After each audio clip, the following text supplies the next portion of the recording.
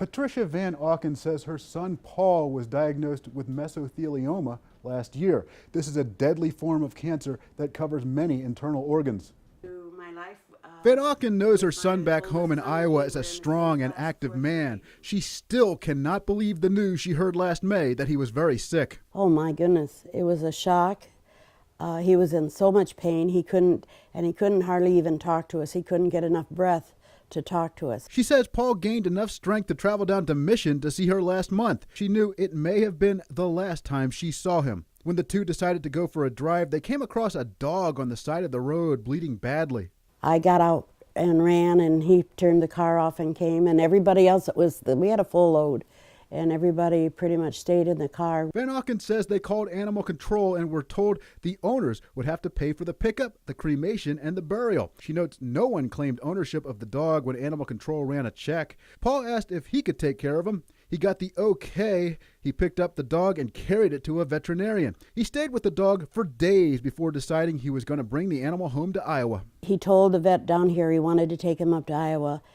They said that they had to get him ready for travel to see if he would be able to. So they brought him here for overnight, and he was fine. And so then they said that they would get him ready, and then they took him up there. Yeah, you're a good boy.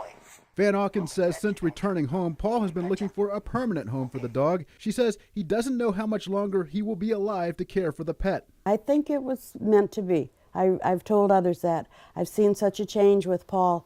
I think it's a God thing that they both met, and it's helping both of them. Mission veterinarian Nikki Lejeune says though Van Auken and her son had their hearts in the right place, it was actually dangerous that Paul grabbed the animal with his hands. Ideally, you want to try not to touch them with your bare hands. If you have gloves or a blanket or something of that sort, that would be best to wrap them up in it.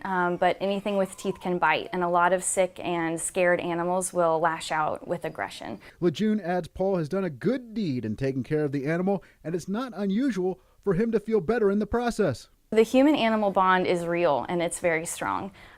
So there are scientific studies that show that owning a pet can reduce blood pressure, reduces stress. Lejeune says studies show pets also release endorphins in their owners. This will aid Paul's overall health and help him cope with his illness.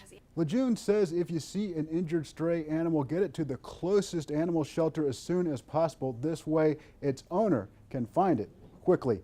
In the Channel 5 newsroom, Frank McCaffrey, Channel 5 News at 10:30.